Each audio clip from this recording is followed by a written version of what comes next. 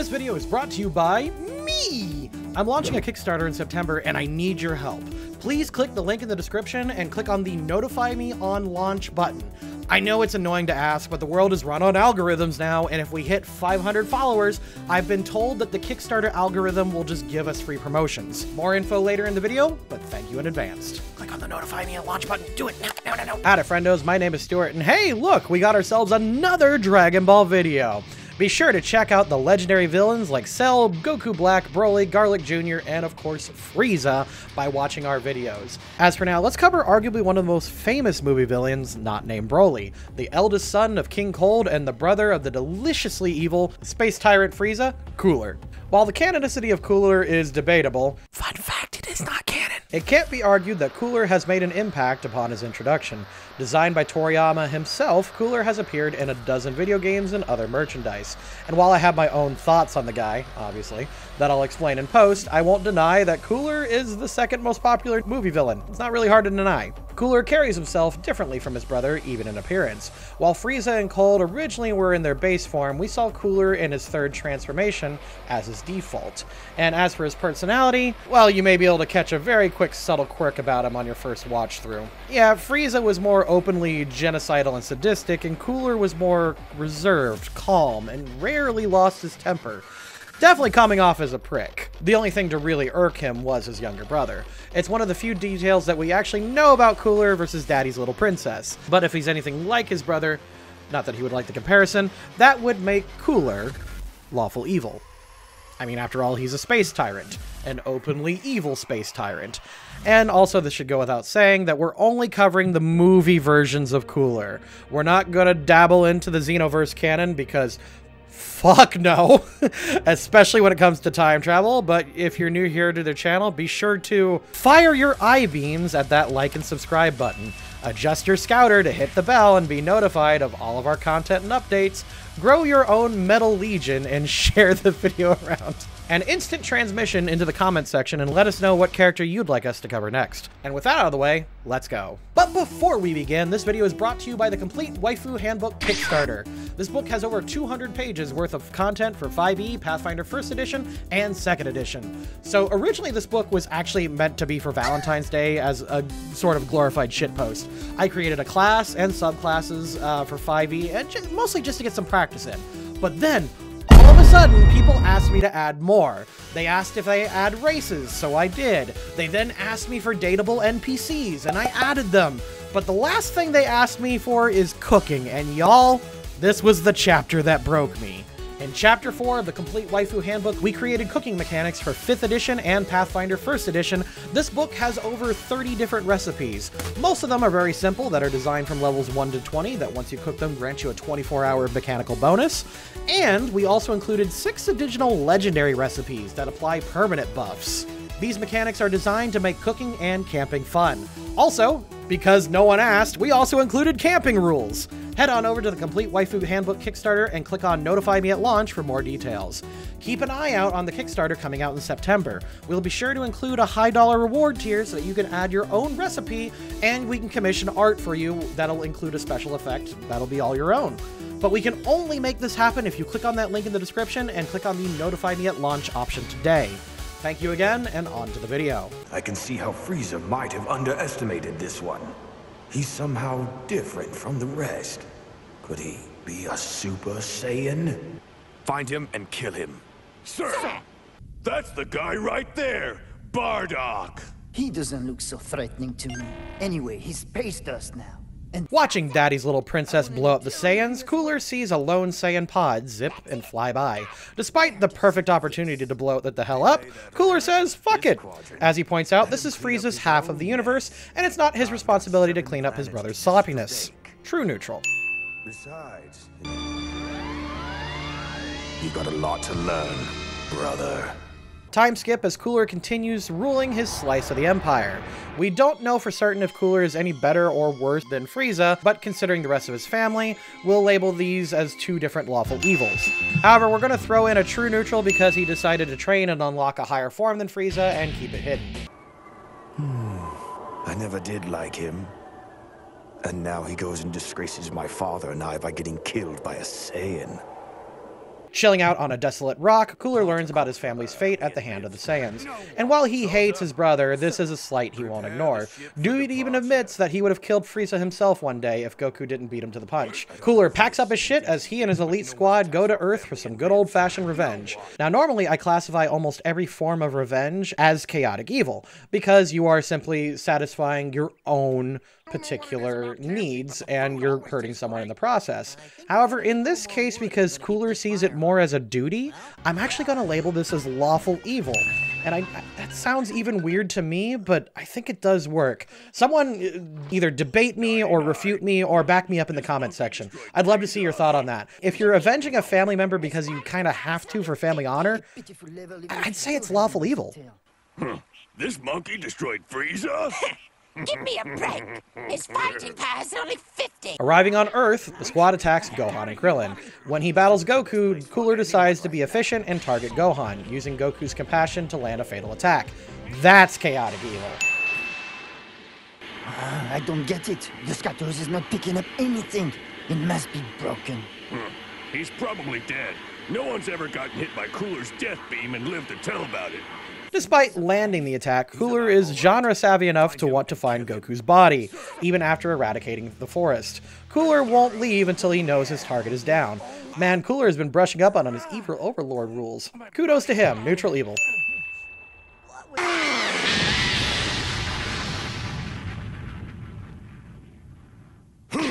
When his men get picked off by Piccolo, Cooler steps in and takes down the Namekian before finally confronting a healed-up Goku.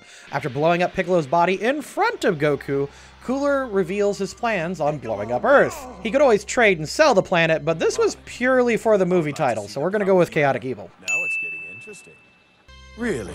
Because after I kill you, I'm going to turn this planet and everyone on it into dust. The fight is on as Cooler sees how Goku survived Frieza. Deciding to go all out, Cooler begins curb-stomping base Goku. Proclaiming his superiority, Cooler learns too late that Goku also has a transformation up his sleeve.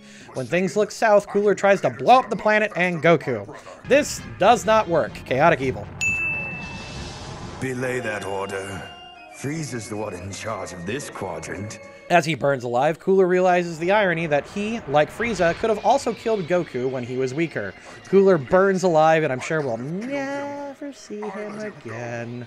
Man, Frieza's so cool, and Cooler is ice cold. I'm sure wish I could play as them in a tabletop game of my choice. Oh, but wait, you can with our Dragon Ball inspired PDF for Pathfinder 1st Edition. Play as the ultimate bad guy family this side of the galaxy with our Frost Demons, and also check out their amazing transformation abilities. And check out the bundle too, which includes not only material from Dragon Ball Super and GT, it also includes the mythic race called the Godlings, which are based on the Kaioshin. I also include 3 mythic monsters for your campaign, which is basically Cell, Majin Buu, and Frieza, but we have a whole bunch more content in there. When you're done supporting our Kickstarter, go ahead and check out our Dragon Ball inspired PDF over on LoadingCrewCrafts.com.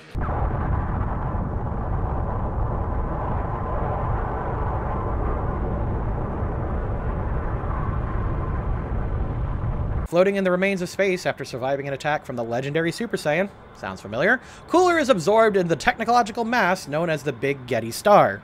Gaining control of the entity, Cooler plays his family's greatest hits and goes to absorb the Namekians and New Namek. That sentence is funnier than it should be.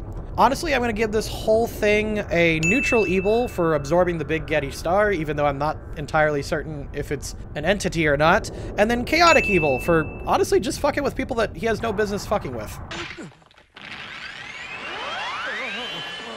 Collecting the Namekians for some of that energy sip, Cooler builds robotic minions to oversee the process.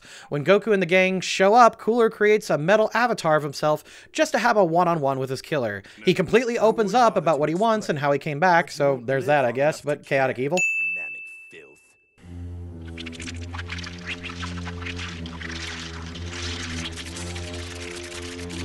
Honestly, most of this movie is just Cooler fighting Goku and being unstoppable. Even when Vegeta showed up, Cooler is hardly bothered. Dude just wants to kill Goku and get dad energy. He even kicks Vegeta in the dick a lot. And after one of them is beaten, he sends a bunch of them more to collect his prize. Just chaotic evil. Excuse me. Your attention, please. If you'd all be so kind as to follow me, we'll begin chopping you up. I mean, nice of Cooler to make a robot to explain what's going to happen? Lawful evil, I guess? Well, it's been nice knowing you, Vegeta. Oh, shut up!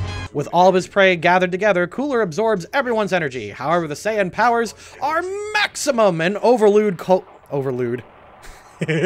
Even when his systems are weakened, Cooler chooses to try and kill Goku, but ultimately fails. Chaotic evil.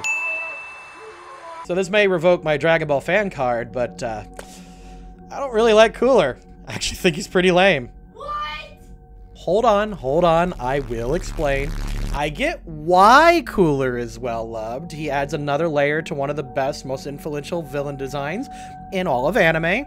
And the dude has a huge chip on his shoulder, so he doubles down and gets stronger than his brother. So he does have a little bit of uniqueness at the time. Not only that, his default form is Frieza's strongest form, and he has an armored squadron in the same main of the Ginyu Force.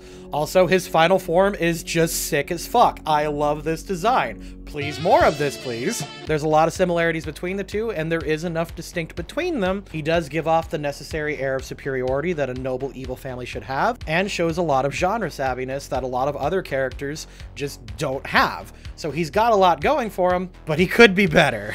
Like, please go ahead and in the comments section, tell me one thing about Cooler that is entirely different and has nothing to do with Frieza. Go ahead. I'm sure someone got it, but most of you are probably having trouble, and it's because there's barely anything. It's like, I think Turles has more to him than even that, and that guy is just an amateur arborist that happens to look like Goku. The brother of Frieza is a very cool idea, and it's very fun, and there's plenty of potential that unfortunately gets wasted. He goes after Goku not because of, well, part of it because of family honor, but also he didn't get to kill his own brother first. And then he becomes fixated on Goku and begins copying a lot of moves that his brother did. And I'm not surprised that Team 4-Star hates the return of Cooler because of the wasted potential. Like, you could have had a mix between Cooler and the Borg, and that would have been sick, but instead, Cooler is just attacking Namek because that's what Frieza did. And, like, he just wanted some energy. It's just kind of lame, and you don't really get a lot out of him. It's just really sad. Now, the one thing I do like that is consistent, what seems to be with both of these brothers, is that they're both lawful evil tyrants that are doing their lawful evil tyrant thing, but then go fucking berserk when Goku shows up and just wrecks their status quo. It's definitely cool, and I like consistent through lines like that, but to be honest, again, like, just give Cooler anything different. That's all I want. However, it seems that the Dragon Ball Super movies are going out and they're kind of reviving old villains and making them interesting again. Maybe one day we'll actually see a Cooler and he'll get a Dragon Ball Super treatment like Broly. Part of me hopes he doesn't, but other part of me thinks, yeah, why not? Toriyama fixed Broly like in seconds. But what do you guys think? Is Cooler awesome just the way he is and I'm just a big dumb dummy head? What would you like to see from a Frieza older brother? Like, what other characters do you want from the world of Dragon Ball? What do you want to see us cover? I'm going to do Goku one day, but that's going to take some time. Thank you to the patrons, and I'll see you all next time.